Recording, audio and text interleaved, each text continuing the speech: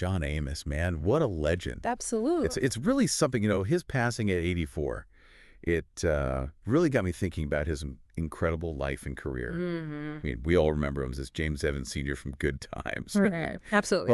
Well, did you know that was just one chapter in a story that reads like a Hollywood screenplay? It absolutely does. It's John Amos's journey takes us from the football fields to the comedy clubs and all the way to Emmy-nominated roles. Right. He truly embodied the spirit of pursuing your passions no matter where life takes you. Yeah, and speaking of unexpected turns, get this.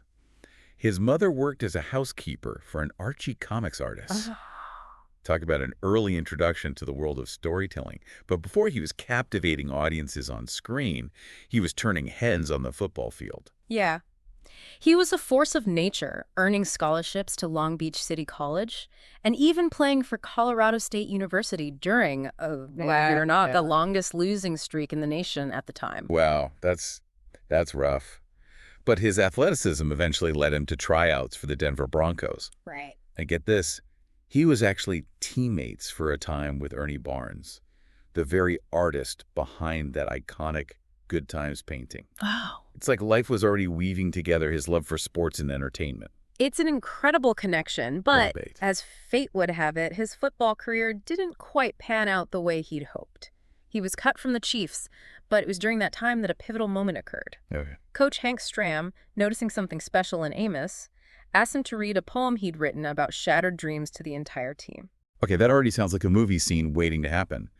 A poem about shattered dreams read to a bunch of football players. What happened? A standing ovation. Wow. Right there on the spot. Now, you might think this was just a feel-good moment, but it was actually a turning point for John Amos. Right. It was like he realized the power of his words, his ability to move people through storytelling. You could almost say that's where his advocacy for representation began to take shape.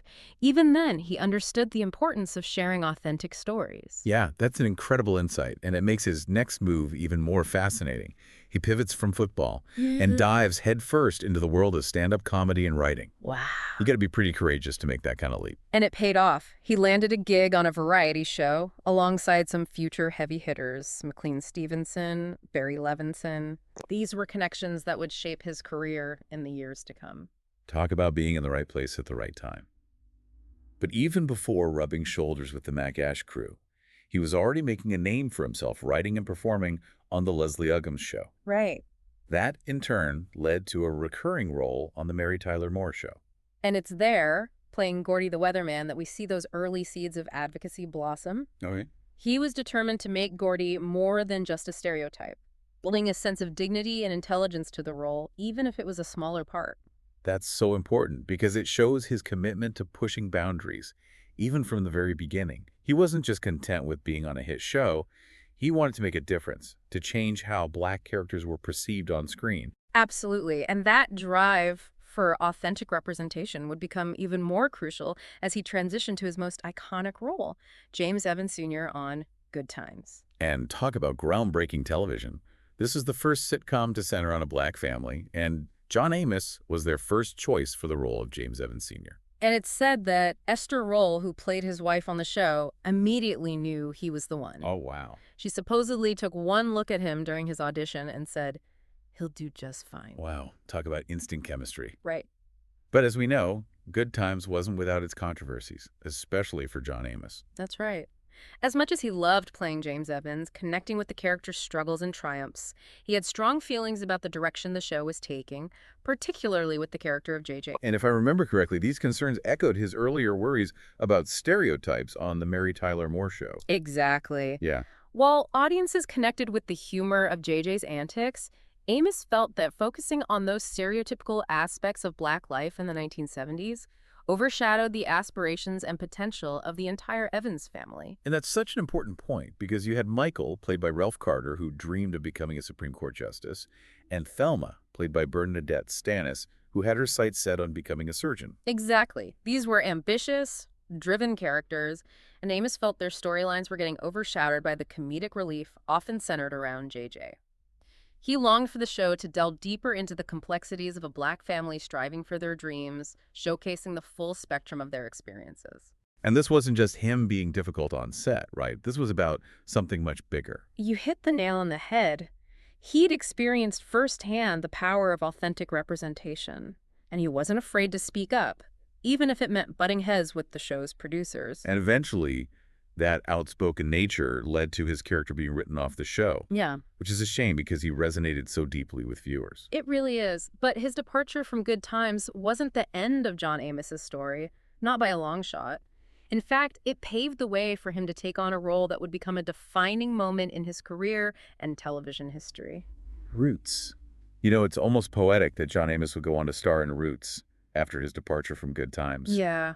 It's like he was destined to be a part of these monumental stories that challenge perspectives and spark national conversations about race and identity. And it's fascinating that you use the word destined, because even before Roots, Amos had already begun a deeply personal journey into his own heritage. Yeah. He actually spent time living in Liberia, immersing himself in African culture. Wow. I had no idea.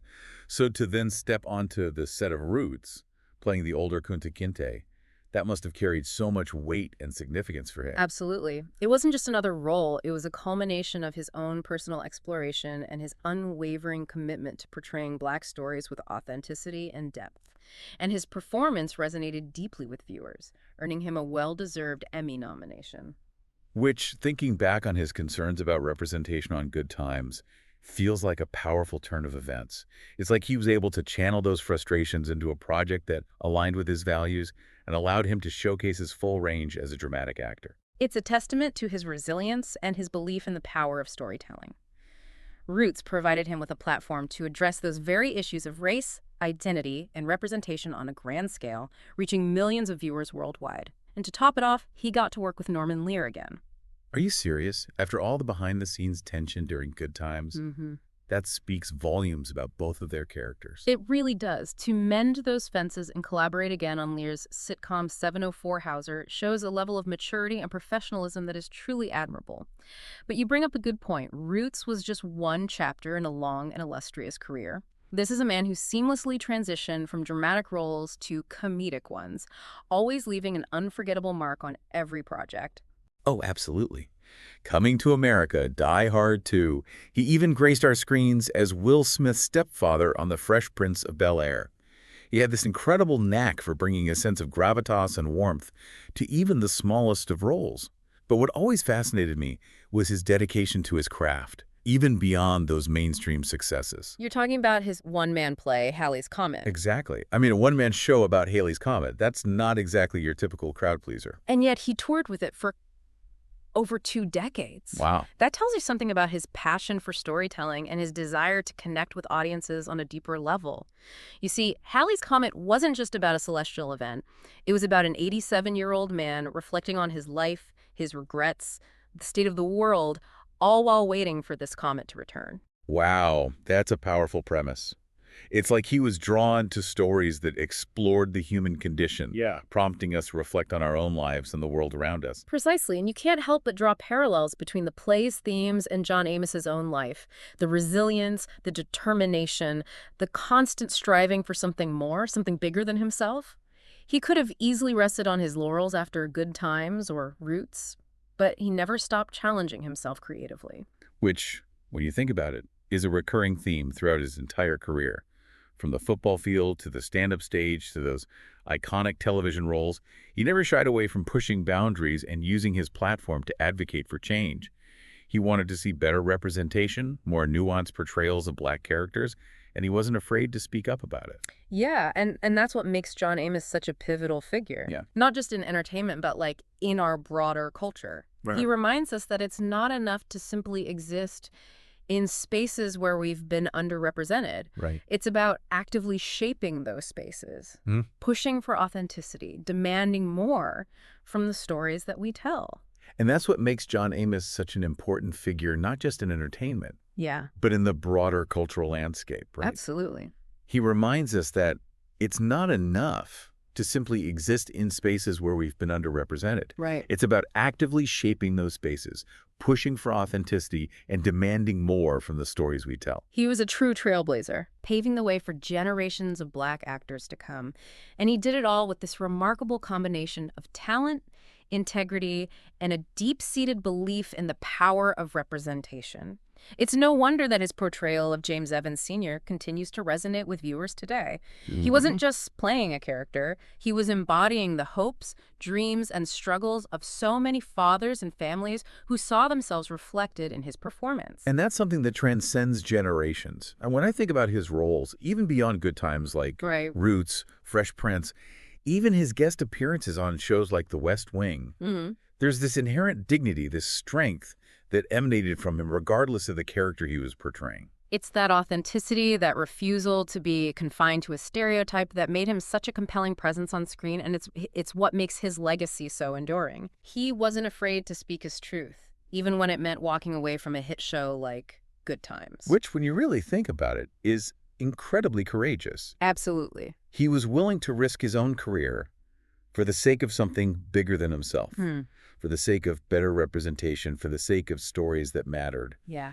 And that's a powerful lesson for all of us, Absolutely. no matter what field we're in or what passions we pursue. It's a reminder that our voices have power, and that sometimes the most impactful choices we make are the ones that challenge the status quo. John Amos's journey is a testament to that. He never stopped pushing boundaries, never stopped using his platform for good, and never stopped believing in the power of telling stories that mattered. So as we reflect on the life and legacy of John Amos, what do you think is the most important takeaway? What can we learn from his incredible journey? I think John Amos's story encourages us to ask ourselves, how are we using our own voices? Are we challenging stereotypes? Are we advocating for greater representation? Are we telling stories that need to be told? Because ultimately, that's how we honor his legacy. By continuing the fight for authenticity, for representation, for stories that reflect the full spectrum of the human experience. Beautifully said. John Amos wasn't just an actor. He was a trailblazer, an advocate, and a master storyteller. And his impact will continue to be felt for generations to come.